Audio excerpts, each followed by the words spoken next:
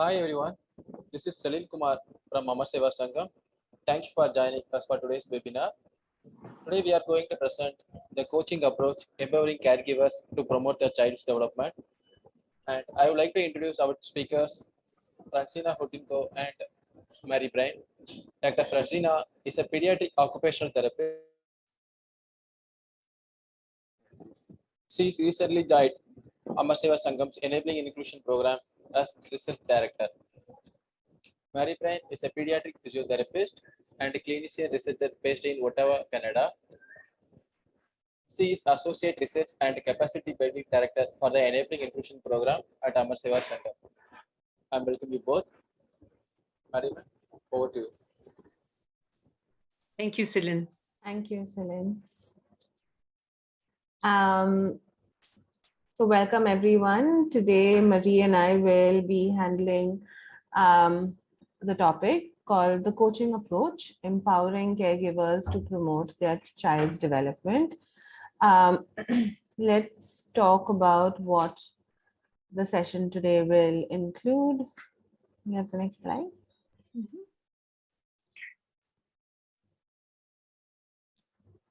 So we'll begin by reviewing what family-centered care is all about in a general, from a general perspective, as well as from a rehabilitation perspective.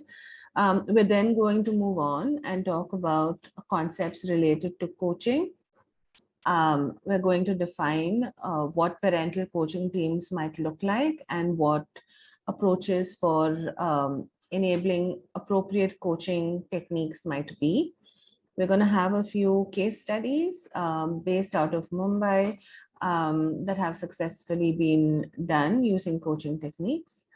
We then move on to talking about the enabling inclusion model at Amar Seva Sangam and our experiences with it at ASA.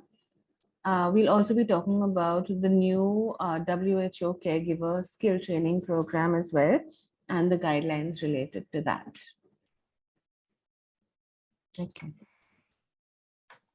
Okay, so family-centered care as rehabilitation professionals is something that we are all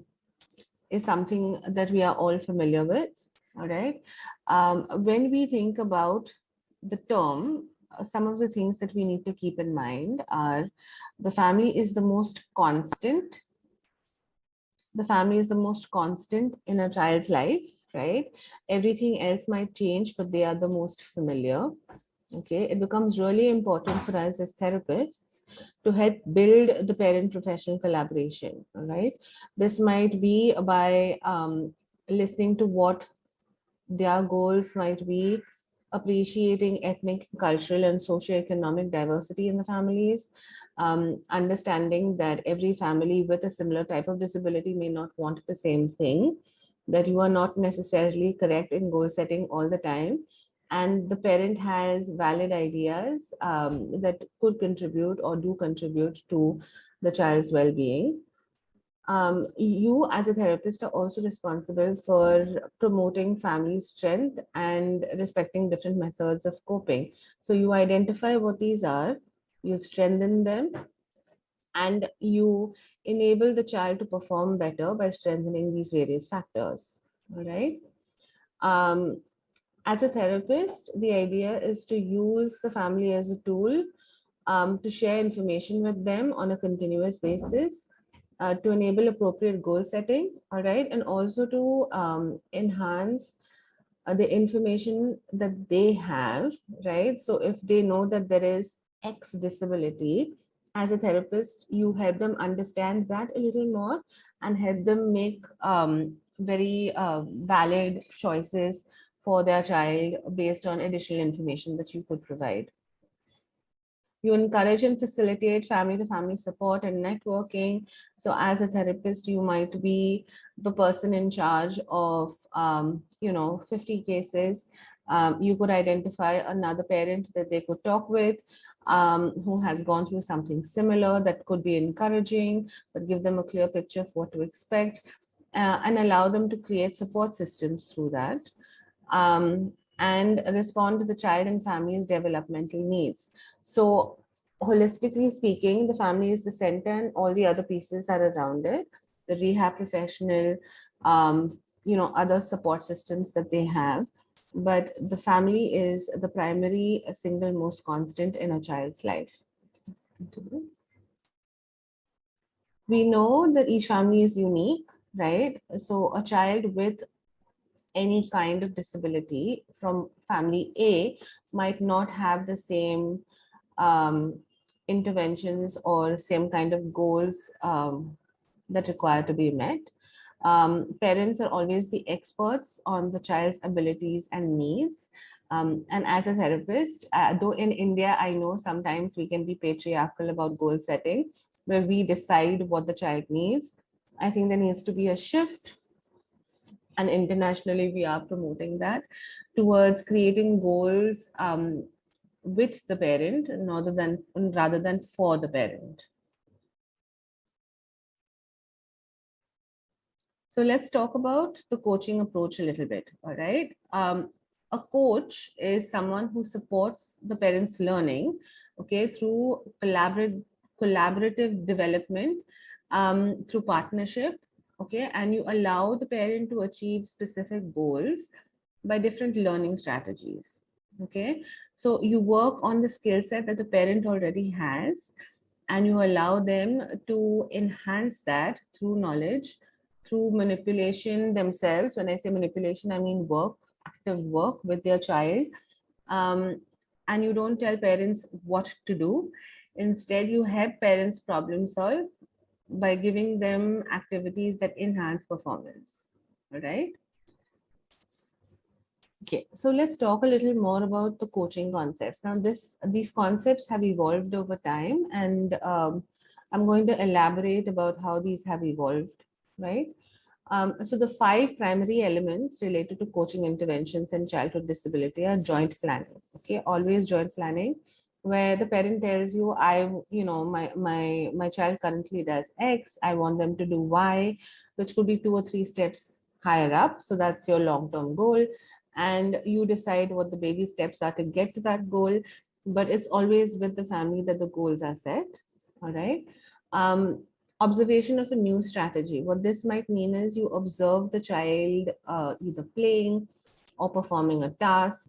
You provide suggestions to the parent for small changes that could be made, right? And you observe, and they observe how this new strategy has made a change in performance, if it's worked or not, and come back to you with feedback, right?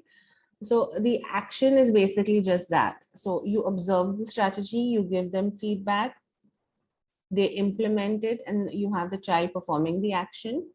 Okay, and then they come back to you and you reflect on what the task was, how it went, what could be better, and if there are any things that could be done differently to enhance performance even more. This is the point at which you give them feedback and complete the loop to help them transition to the next stage. Okay, so how is coaching different from usual therapy, right? So some of the things that you need to remember is there is a pre-planned content, okay? This is often manualized, which means it's in a manual. But these are very specific things. These are very specific things.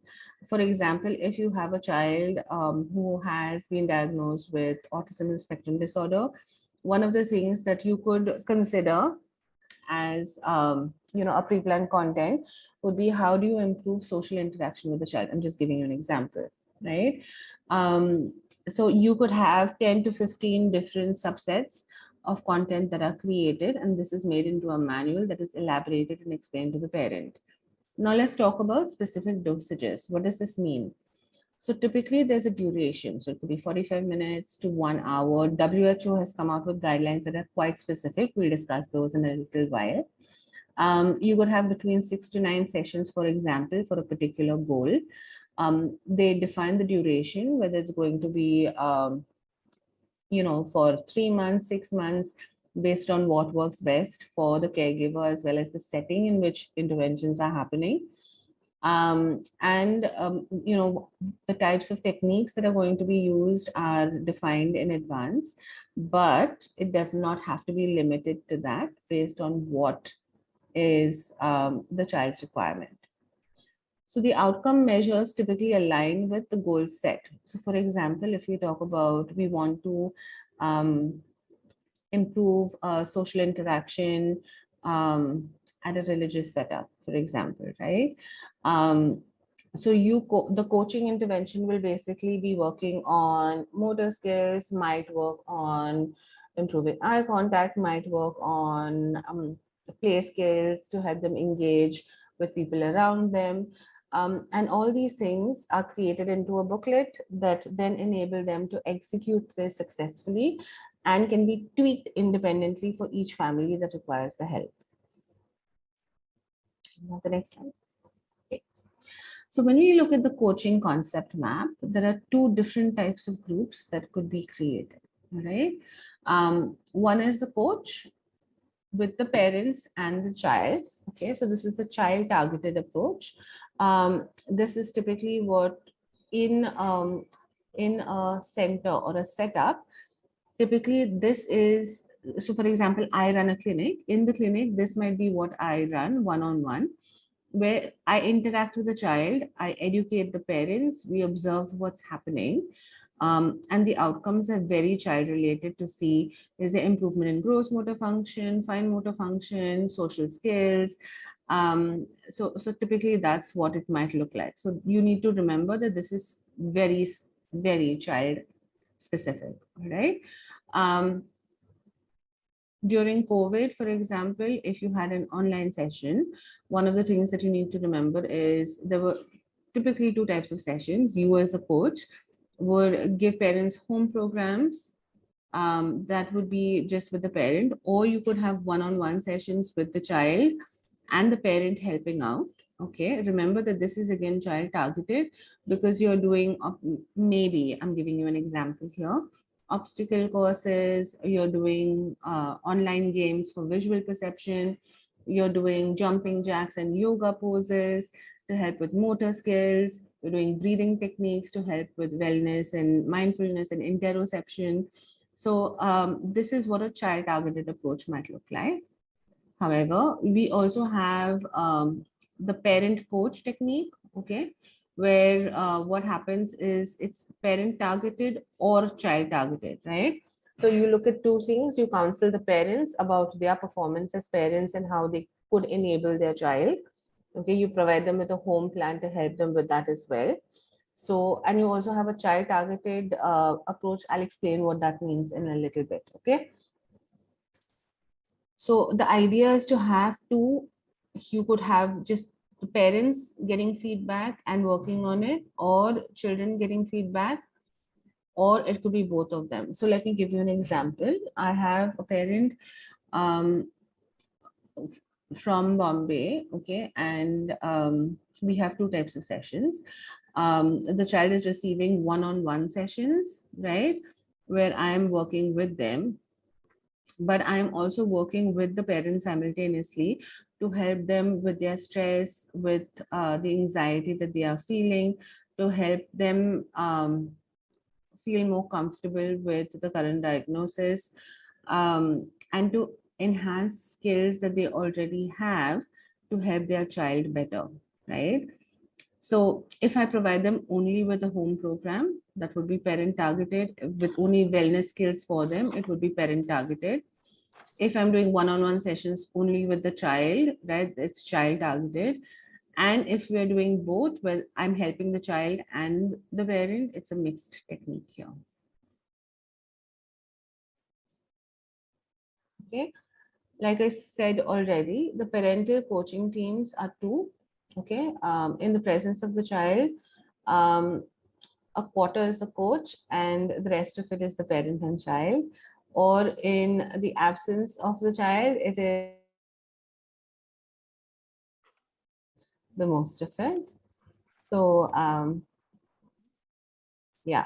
Now, why would coaching be an important strategy that might help in India, right? We know that there are 52, almost 53 million children younger than 5 living with a disability in low income settings. All right. In India, we have 2.3 million children under the age of 6 with a developmental disability. That's a huge number. And a lot of them, or a majority of them, live in rural or semi-rural areas and have very little access to early intervention. Though India has a population of 1.4 billion, okay, our rehab professionals are very few in comparison, all right? We have 120,000 special educators, 50,000 registered physios, 6,000 registered OTs, 3,000 registered speech therapists. And for a country of our magnitude, that's a very, very small number of professionals to meet services that are needed, right? Less than 10% of the Indian children with disabilities are being diagnosed, and even fewer than them are getting consistent therapy because of lack of services. Next.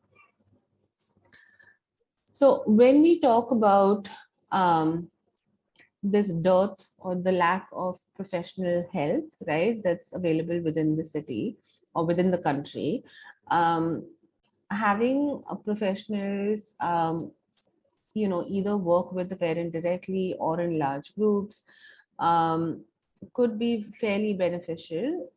You need to focus on keeping, all your coaching child friendly and child targeted, okay?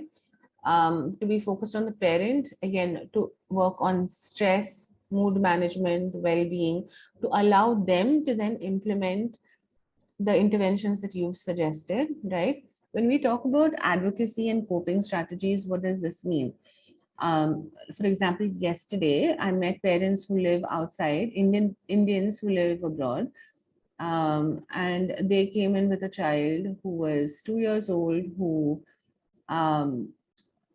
was on the spectrum, but they had no idea up until the point they met me. As a therapist, obviously there's no diagnosis that I make, but I redirect them and say, there are features of sensory processing difficulties. It could be X, Y, or Z. But my role as a therapist simultaneously is also allowing them to listen to the other things that I'm saying about, though this is the diagnosis, intervention will help.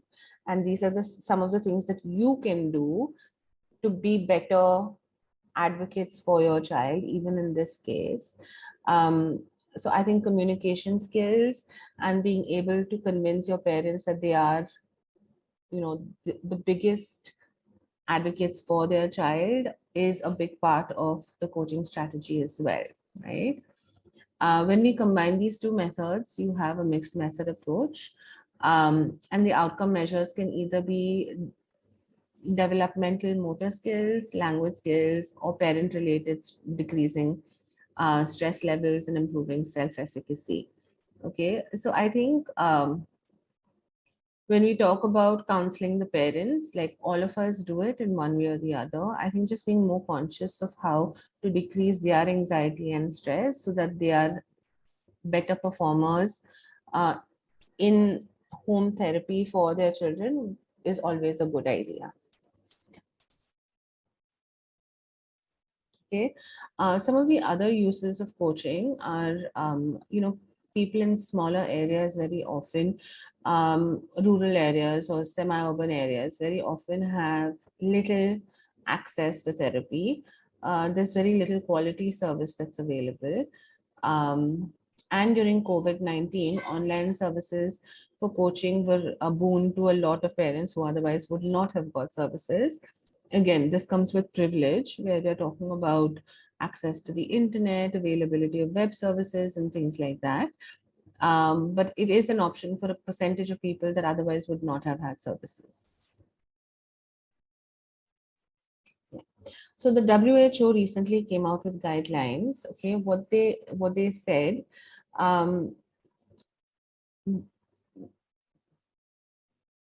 They had 9 core group sessions, okay? And each of these core sessions was between 2.5 to 3 hours long. In addition to this, they had 3 home sessions. So one of these sessions was before they started to develop a rapport with the family. Then at around session 5 or 6, they had another home visit. And the last visit was at the end of the 9. All right. Now, the core group sessions that were had here were either in a community center, at a school, or in a conference room at a hospital. Um, so typically it's parents with children having a similar disability um, who came together, and a similar type of goal was addressed, right? There was a chance. So what they advocated for was 2 caregivers attend simultaneously. Um, this this is what the guideline states. Okay, they've also adapted this program for virtual delivery. This is free access available online. And the sessions have principles. So it's not just one thing. They use apply ABA, they used joint attention symbolic play engagement regulation and pivotal response treatment. So they used components of different types of therapy. They used positive parenting approaches. So again, here it was deep breathing for the parent, asking them what went well, what didn't go well, asking them specific issues they had with respect to a particular goal that everybody seemed to be working on, but were at different levels. How could they promote positive child behavior was also another area that they worked on significantly by giving them solutions, to manage challenging behaviors in the household.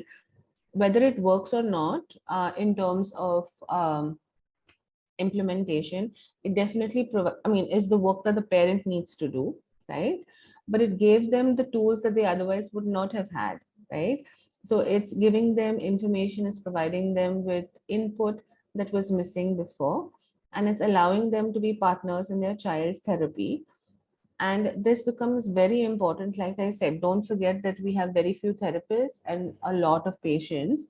So we can work on a large group of parents simultaneously as well using these guidelines. Go to the next. Okay, so I'm the director at Inspirim Holistic Care. So I'm going to talk about what we did through COVID, right? We implemented a lot of coaching through this time. 80% of our caseload was primarily online. Primarily those that came back like after the first wave, 80% of them were online. Very few of them were assessments. Okay, so the 20% that were new, we did informal assessments for them using online tools. And very often what happened was parent training. So here we would identify what the problems were, right? What the occupational performance issues were, elaborated on them a little more, created a treatment plan for them, provided them with videos, right? So every child would get 3 or 4 videos based on what the home plan was. And then we would follow up in a week to 10 days based on what was convenient for us and for the parent as well, so that the circuit was completed. The typical age range for children who got these services was between 2 months to 11 years. Now, one thing I want to highlight here is the younger the child, the hands-on parent work is significant, right? So you need to have the right handling strategies visible if you're doing it online, and be clear about the implementation to parents of younger children, because it's not gross. It's very specific movements, very specific type of treatments that you're teaching them. And parents definitely are able to do it. It just requires verbalizing it correctly and allowing them to demonstrate to you a couple of times.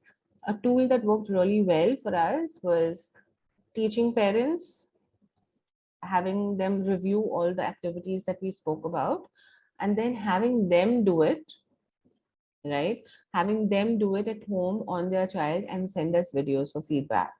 So it seemed like a tedious process, but it worked really, really well. So Umeed in Mumbai recently implemented the WHO guidelines as well, and did a study with 22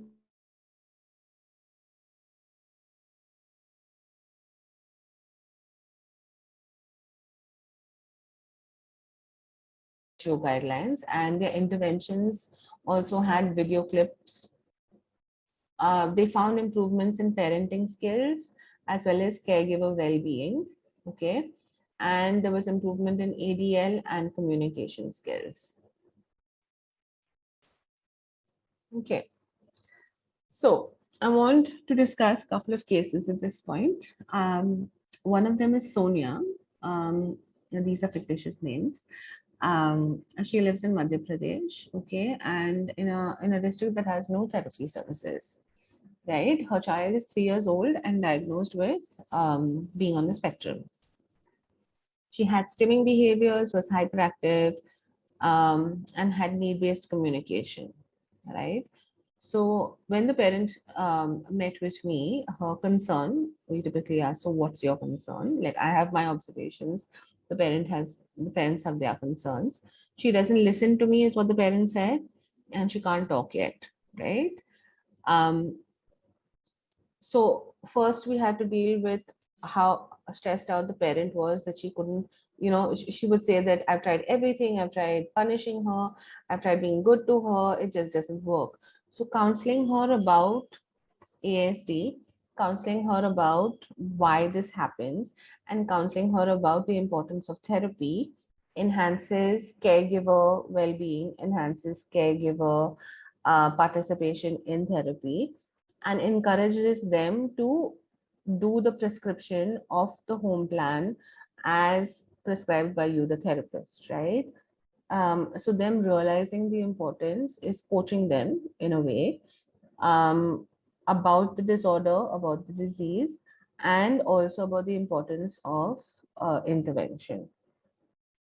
So the therapy continued, but this was primarily, I think, in a case like this, it's the foundation is basically the parent, and then it works on, once the child settles enough, we can have maybe a mixed intervention, but at this point it was primarily the parent intervention that was the focus here. Do the next slide. Okay, so Tanishka lives in Mumbai. Okay, she lives in a suburb that's 80 kilometers from the primary therapist. Sessions were started online through COVID. She has cerebral palsy with sensory processing difficulties. She was getting therapy close to her, but found no improvement after 5 months of therapy, right? COVID happened and she found us online, and initially started sessions online. They were aware of the diagnosis, they were aware of the issues, but they weren't doing a home plan, right? They weren't doing anything at home. And it was extremely frustrating to them because they thought she was deteriorating or not improving and didn't know what to do. So in this particular case, what became important was, getting them on board to do particular tasks, like me demonstrating it to them and having them execute it, and giving them a prescription as to, let's try doing A, B, C, and D for this particular goal. And let's meet again in a week and see if that makes a difference. So this is a parent at a slightly different level who still required coaching, but in a different way, about what kind of interventions could be done, right? And how they would make the most difference to their child if done in a particular way. So case one was somebody who would have never received services because of where they were at. And case two was, this particular child who did have services, lockdown happened, there was no improvement, understood what the problem was, but required a home plan. So they were at different levels, but it's coaching in their own way. Yeah, so these were two concrete examples that I wanted to provide you with. And I now hand it over to Marie to continue with the rest.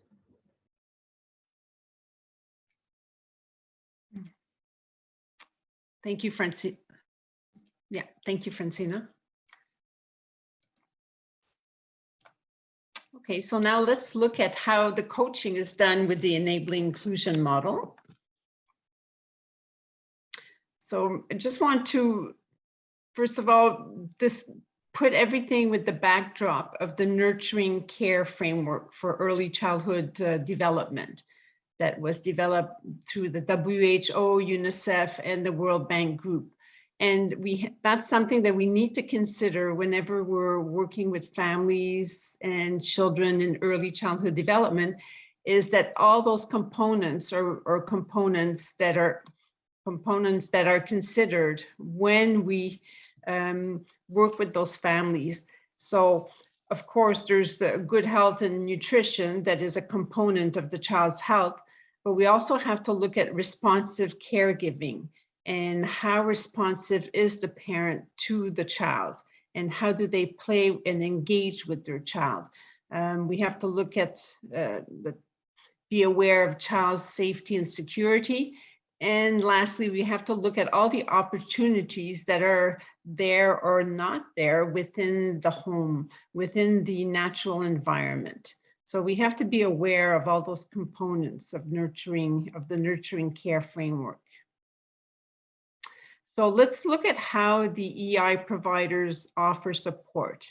What is caregiver capacity building and caregiver coaching? Well, the EI providers, therapists or CRWs will offer support through strengthening of the caregiver-child relationship.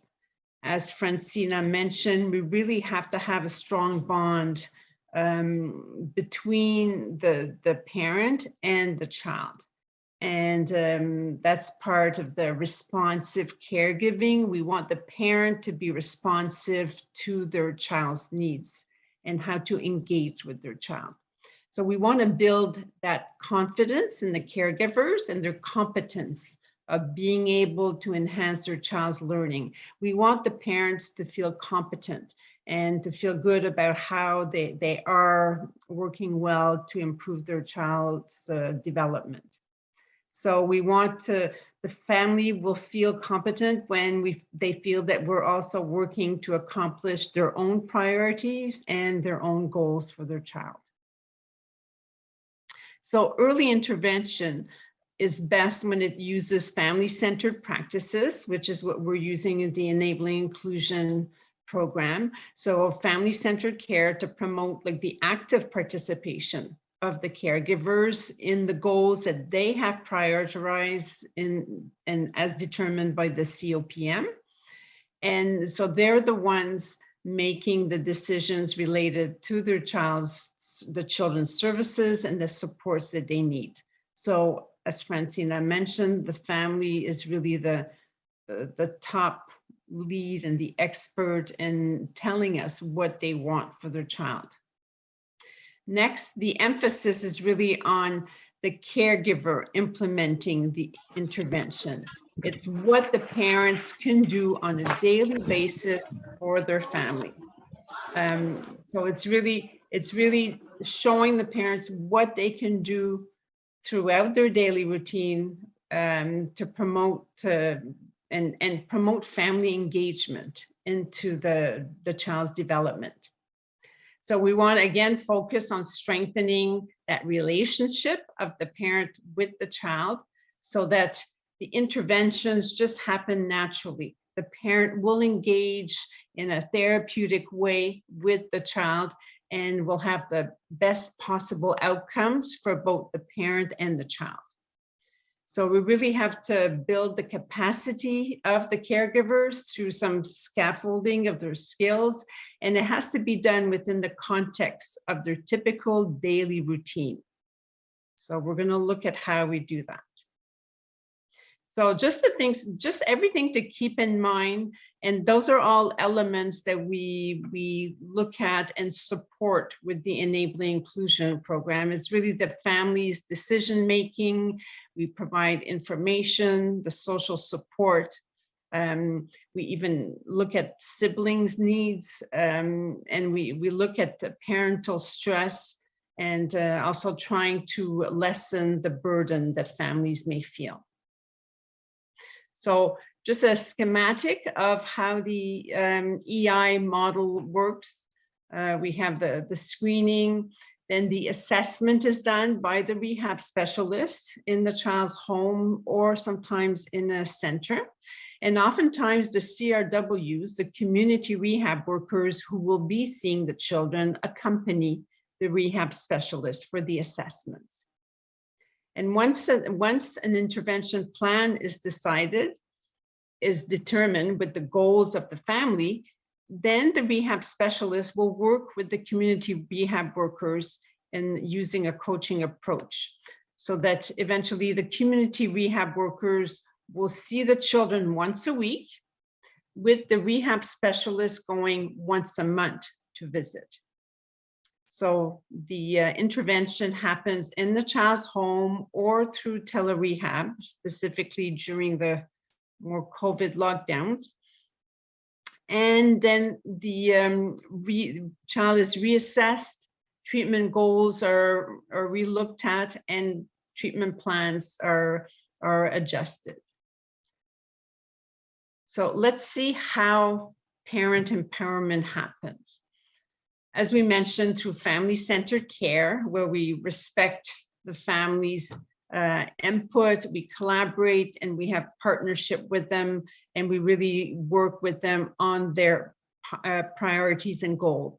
Second point is that it's really important to share general knowledge about the child's condition with the family, to answer any questions they might have, to provide them with that information, especially for a family where the child is just new to the program.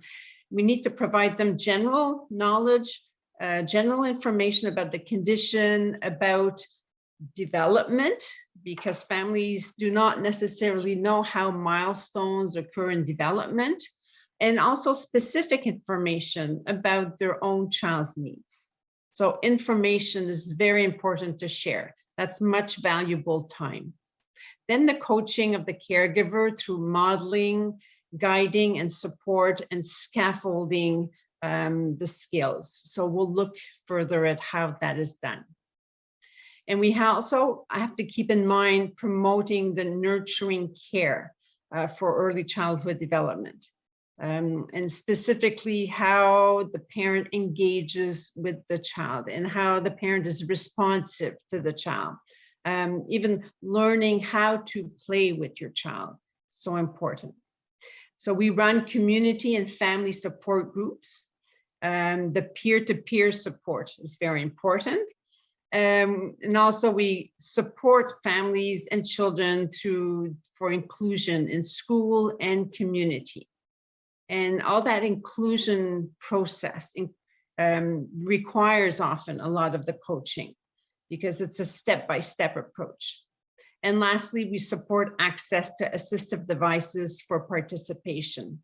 And certainly there's lots of coaching that happens when it comes time to prescribe assistive devices, and the training that goes into that, and even just the acceptance of the assistive devices by the families.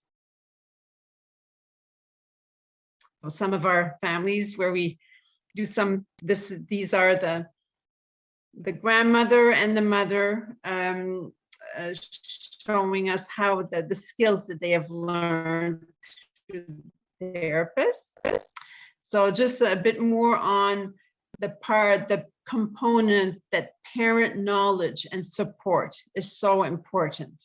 So it's not purely coaching of the actual therapy, hands-on therapy, but coaching can be coaching in terms of the support that we give to families and the knowledge that we share. So as I said, it can be about the condition, about function, about the child's strength, the child's needs. We also provide parent handbooks in Tamil handbooks on promoting their child's development, on cerebral palsy, on autism. We have many handbooks now that families can receive. The EI parent groups. We also have social media groups. We have groups on WhatsApp for peer connection and mentorship, and that peer-to-peer support, parent-to-parent support. And we also guide the family to community resources and also to government schemes, for example, for the disability certificate. So as I mentioned, parents will set their priorities and goals through the COPM, which is a family-centered goal-setting tool. And we also have caregiver measures where we look at, we measure over time, the family empowerment. So we use the family empowerment scale, and we used also the modified caregiver strain index to measure how is the family doing. We do also have so many child outcome measures, but it's very important to see how the family is doing. And we also have a caregiver child interaction measure. So in terms of the parent coaching for the intervention, and what we seek is to really integrate functional goals and activities within the daily routine. So there's certain activities where you can give a prescribed amount of repetitions or times of day where you can try to integrate that activity. But often you can mention to the parents to try to work on those skills wherever it's appropriate within the daily routine. So we use a train-the-trainer approach where the rehab specialists will train the CRWs. So the rehab specialists are PT, OT, speech trainers, and special educators. And they will train the CRWs, the community rehab workers, in how to apply and how to conduct all the different activities. And then the coaching approach is done, the CRWs providing the early intervention on all aspects of development with the families. So we have the CRWs who are the ones that will go on a weekly basis to do community visits in the child's home. And they will be the ones working directly with the families, while the rehab specialists will go once a month for a joint visit. So let's look at how we train the coaching approach at Amar, Seva, Sangam.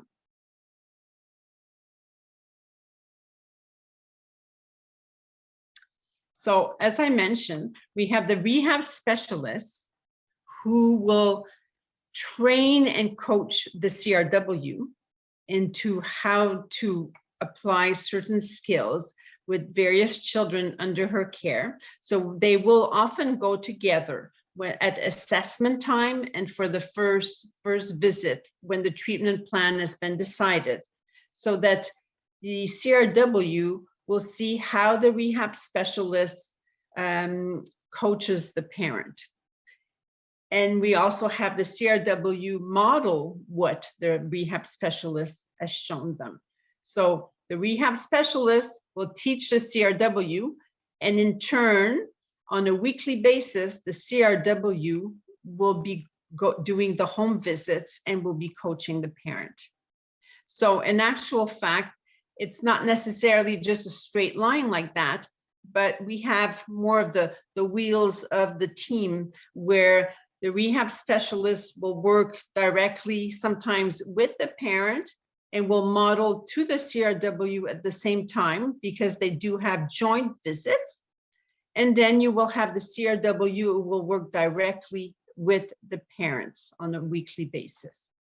And there's constant feedback within the team in this way. So this is a way that community rehab workers are trained. So we have the teacher who is the rehab specialist, for example, and the one who's learning is the CRW. So in this way, the rehab specialist will train the CRW how to work on certain activities that children under care need. So we have these role play and practice where the CRW is the learner and the specialist is the coach. And then the second role play is where the teacher or the coach is the CRW, and that CRW will then coach the parent. Okay, and that's what happens when the CRW goes to the home.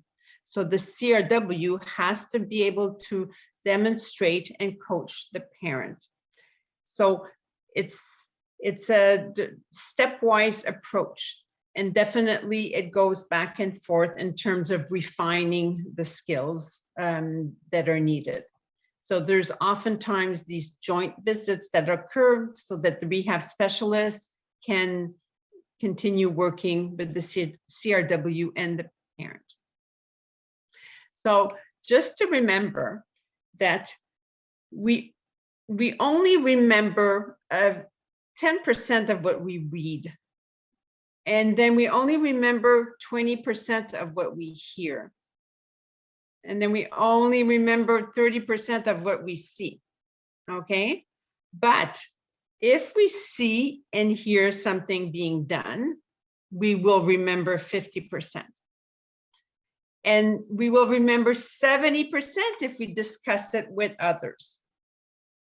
And then if we experience it personally, if we try it personally, we're going to remember it 80%. So, and the most that we remember is if we teach others. So that's why that we're going to use an approach where we visually show, we're going to say what we do, we're going to practice it hands-on, and we're going to teach it. And we're even going to be asking parents to tell us what they have done.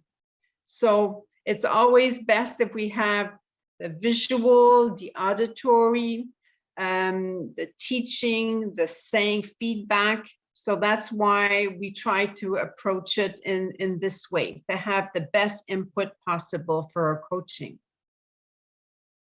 So understanding needs to have demonstration. We need to have the parents practice. We can help position the parents' hands. We need to explain in plain language.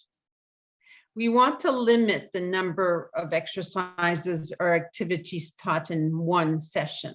So on one visit, we can decide that we're going to show 3 activities or 4, but we're not going to show 8 activities in one session.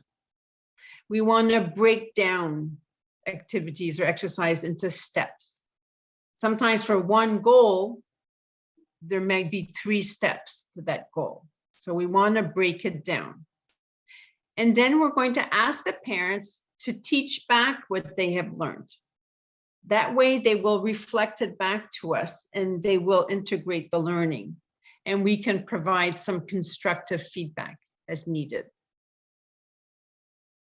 So there's the Teachback education method, which it's an education method where you ask the parent of the children to use their own words to explain what they need to do or to know.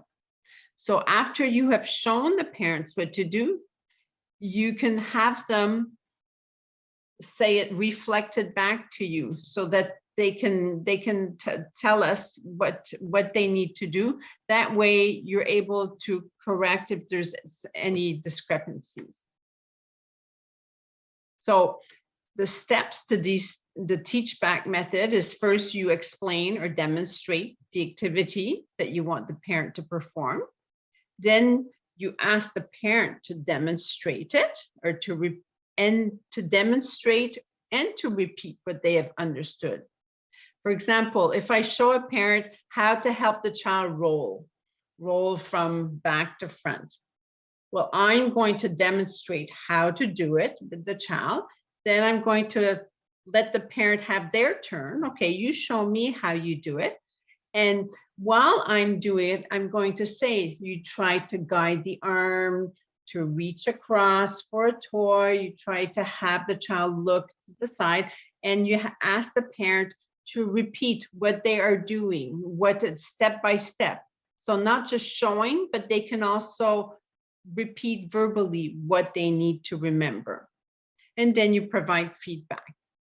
And then you follow up on subsequent visits.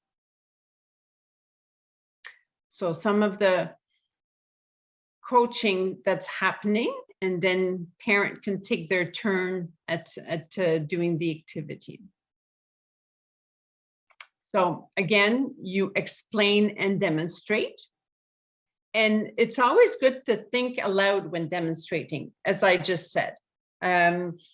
If the child's learning to go up the stairs, I'm going to say, okay, let's step up, lift your foot up and push and step on the next step. And you're guiding the child, but you're also verbally thinking aloud so the parent can hear. So always use the verbal with the demonstration. Okay, so sometimes if the child's sitting and reaching for a toy, I will say, let's reach up, reach for the toy. Okay, and good, nice reaching, and you can give feedback. So thinking aloud, providing also visual, written and visual materials. So images of the exercise, a pamphlet. At Amar, Seva, Sangam, there are a lot of videos and photos taken of the activities. So oftentimes you have parents that will say themselves, that will mention, can I take a video of what you're doing? And definitely, we encourage them to take videos. And then what we encourage parents to do is to take a video of the child at home and send back that video to see how they are doing that activity. So a lot of exchanges in video, and even more so during the tele-rehab. That's how a lot of the monitoring and the coaching happens. So parents, you can provide parents with a handout and with written clear instructions. So a lot of ways of demonstrating. What we use at Amar, Seva, Sangam is a parent diary, we call it, which is a little booklet that parents will keep in their home. And it's written in Tamil for parents' reference. So the child's goals are written down, and then the intervention plan, the activities to attain those goals are written with the treatment strategies and the activities to be done. So that's the parents' source to follow. And in there, the CRW or the rehab specialist can add to that in the booklet when they do their home visits. And then videos and photos are additional visual feedback to remember. So parents practicing working on the skills with the child. So the part of the Teachback method is that we request the parent to demonstrate and to repeat the activity. And we often we can say, I'd like to make sure that I explain things clearly to you. Can you explain it back to me so that I can make sure that I did? So it's really the rehab specialist's responsibility to make sure that the parent has understood. So we can just say, can you tell me, can you just repeat what the steps so that we can make sure that that I explained it well to you. So we ask the parent how they think they did, and we provide constructive feedback. So this parent here was trying to assist the child to take steps. The child was taking steps and standing on her own. One of the goals that the child had was to jump. So we had the parent model and give the verbal cues to the child of how to achieve and initiate the jumps. And that's something, a goal that the child had for herself. So this is an example of how we demonstrated and ask the parents to do it, and to use also the verbal feedback of what the steps are to achieve that jump. And you can have some home different goals that the child may have, to engage in play, and to do some fine motor activities and lacing. So again, therapist demonstrates and repeats, parent teaches back, and then you can add some feedback to that. So how to use the Teachback method? Well, they say always have a kind voice and attitude, because you don't want the parent to feel threatened, or that you're correcting them because they're not doing it right. It's really working as a team. You try to use language that's familiar to the parent, and you request that they use their own words, and see how, if you want them to understand why you're doing such an activity. And if you need to explain development, why they're doing that activity to achieve the goal, that's where you explain. So you don't want them to feel shamed. So you just use open-ended questions. You don't want them just to answer yes or no. You want them to talk it through, to tell you what they're going to be working on. Okay, so they need to explain it to you, and you just can tell them, I just want to make sure you understand what the different steps. So explaining it back to me. So sometimes you can rephrase and how you're asking them. So it's a way for them to really learn what you have taught. And then you, of course, you follow up on subsequent visits. So it's a way of parents to understand without shaming the parents. It's a way to verify their understanding. You want to make sure that you taught, that the therapist taught the information, or the CRW taught the information properly, and it's an opportunity to verify their understanding. You want to make sure that they understand what you have shown them. And so you really need good communication. It improves the communication with the parent, and also it also improves the caregiver outcomes, because you're really building a relationship with the parents. So we find that in this way, parents will adhere to the home recommendations that you give.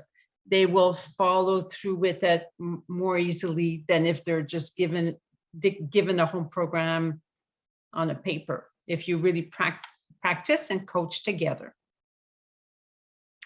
So learning to use her walker. And sometimes it's in terms of when you do home visits, learning to use a new seating, adaptive seating at home. It can be related to positioning, and then introducing some activities. So you really want to ask the parent, please show me how you would place the child in. If it's in terms of using new orthotics, please show me, can you show me how you would how you would put on this AFO, and it's a good opportunity to just give some feedback. So sometimes parents may have different learning abilities. So sometimes you can ask them about previous experiences. Have you ever done something like this before? Have you ever, had to help a family member with the different skills in the home? So you try to relate it to previous experience. Sometimes you can link it to another activity that they might have done. You can, for example, you can say, I'd like I'd like you to help your child bring their hand to their mouth, just like when you eat, so they can relate to themselves.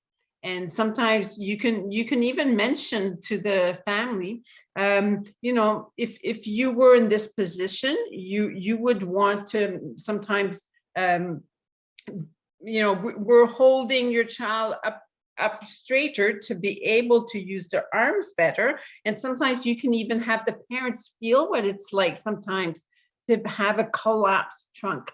So they can feel the need, yes, that there is a need to try to sit up straighter to be able to reach better.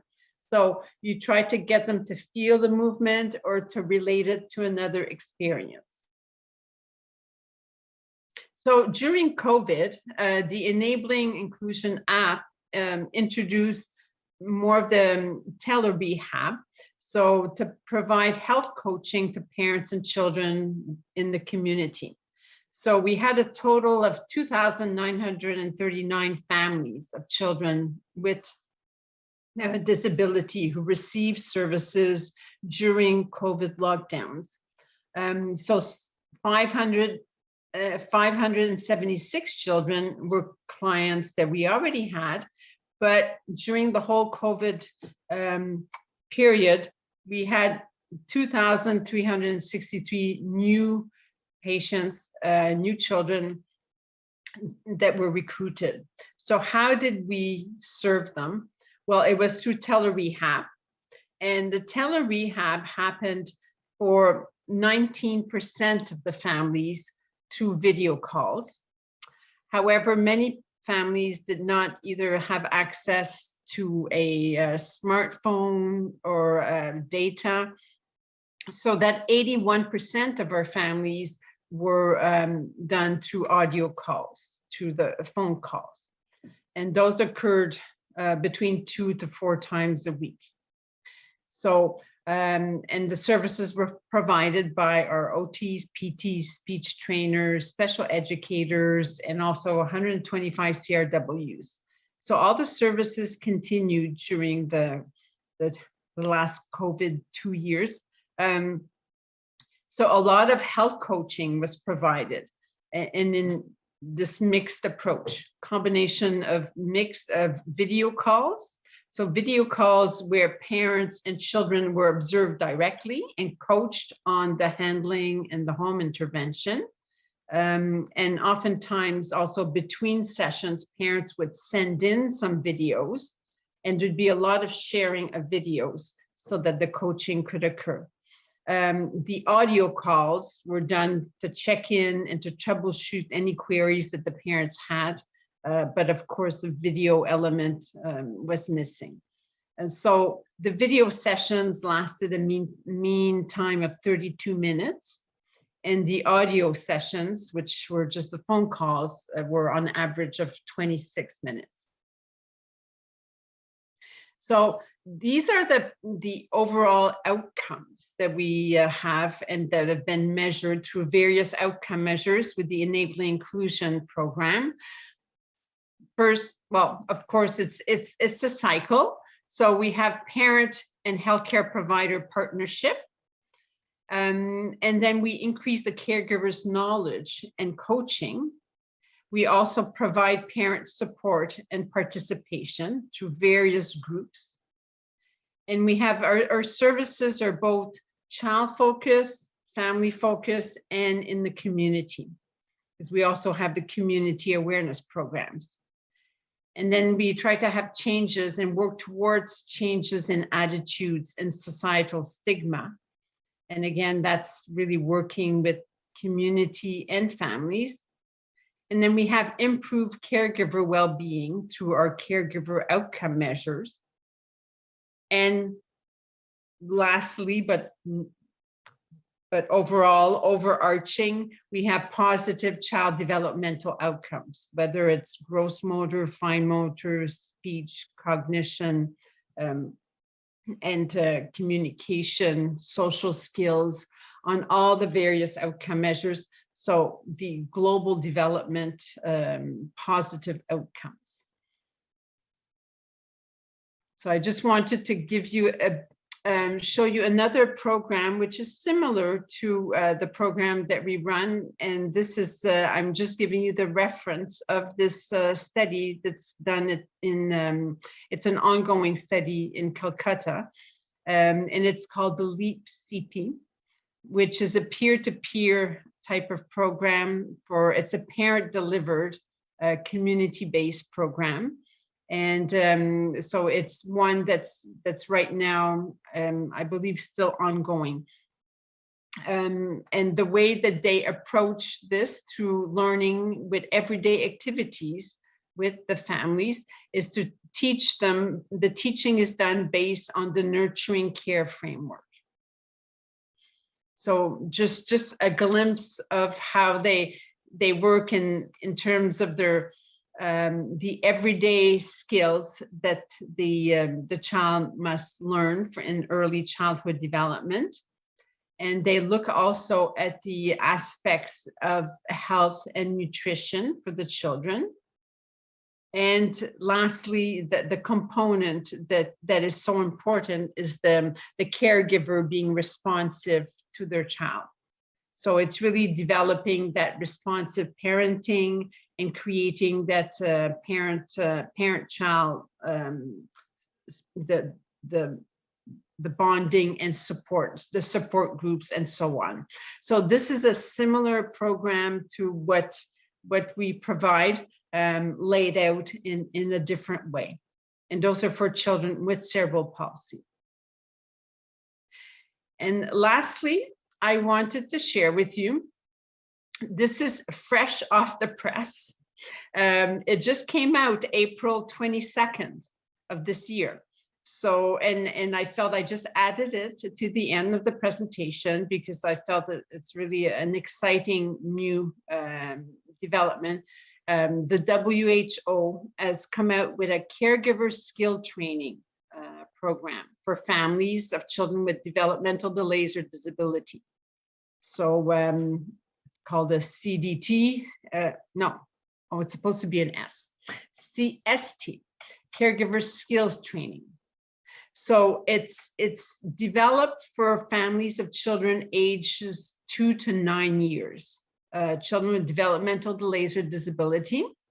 And it's to improve the children's engagement in activities of daily life, communication, positive behavior, and skills for daily living.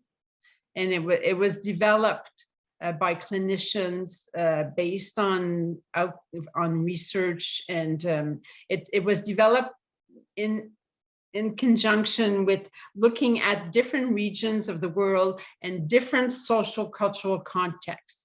And it's made to be adaptable to different cultures and contexts. I've put the reference here, but you can look it up if you're interested. I just wanted to give you this because it's a very exciting package. These are the different packages that you can get online. They're all available online. So these are different ones. So they describe fully the group sessions. So there's 9 group sessions, and there's also a home visit guide. So just to show you what is included in those facilitator and participant guides, and those 9 sessions, this is what they cover in those nine sessions. So as Franzina mentioned, the model from the WHO is group sessions interspersed with home visits. So it looks at engagement and play, communication, teaching new skills, and it looks at behavior and problem solving and self-care. So I've just recently gotten to look at it, and it's a very exciting package. And finally, they have a guide that's for home visit guide for facilitators, and it looks at establishing goals, coaching caregivers, and also supporting the caregivers. So I just felt it was important to show you this as it's just come out in the past week. Yeah, and these are how they guide how your home visits should occur. And it's a lot of what we've talked about in terms of the goal setting, the observing the caregiver-child interaction, and the coaching. So I will end it here. And I thank you very much for your attention. And we're going to open it up to questions, comments, or questions. I'm going to stop, or I'm going to get everyone here. And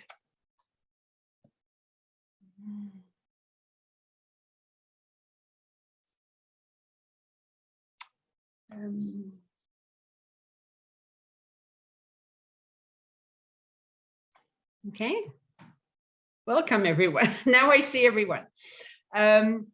So let's see if we have any comments, questions, if you're using these various approaches in your setting.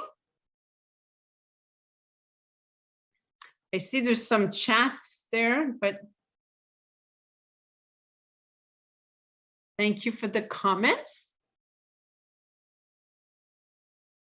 And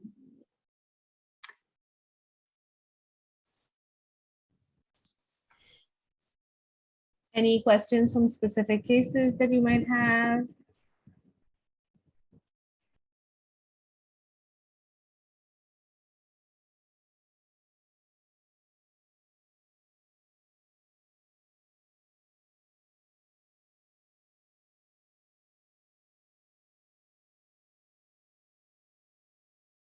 again, I think we get best outcomes if parents learn to do the activities, that it's not just a therapist does it with the child.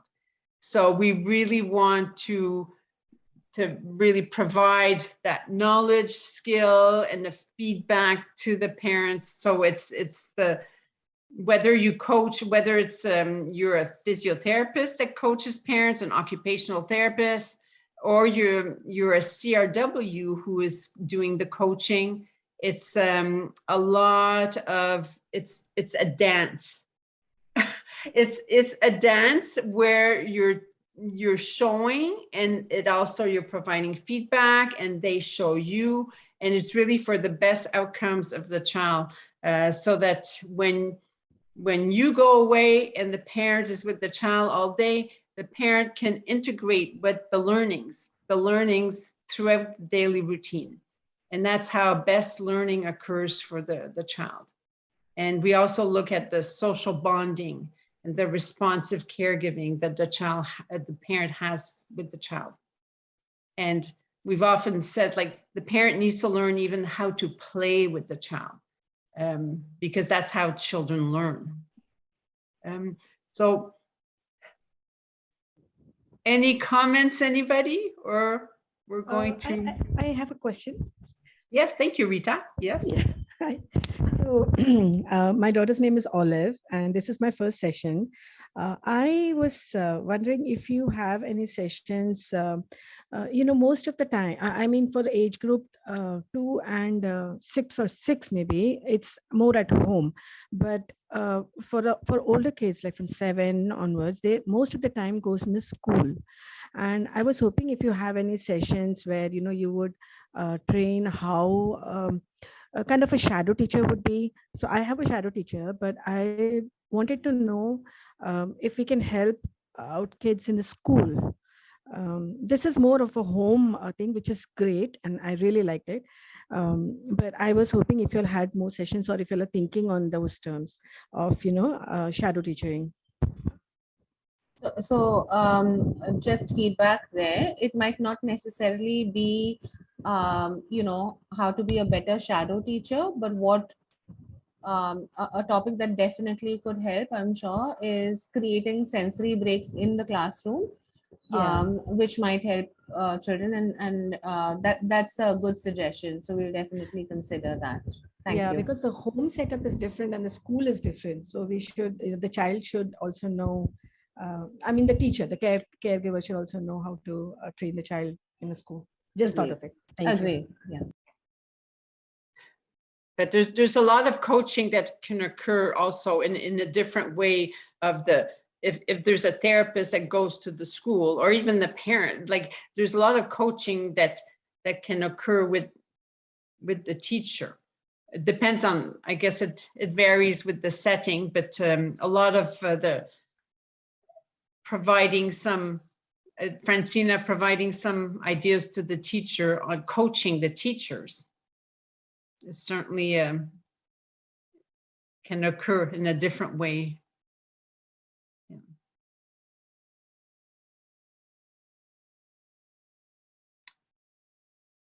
So I guess we will, this is our April webinar. Our next one is at the end of May 26th. Thank you, Kariani, for the comment. May 26th, I believe, will be our next child development series webinar, and it will be on assistive technology and the provision of assistive technology, specifically in rural India, in the Amar, Seva, Sangam.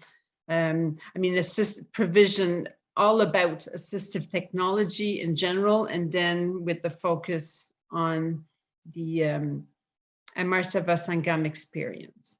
So we invite you to complete the feedback form, please, and you'll receive a certificate of participation.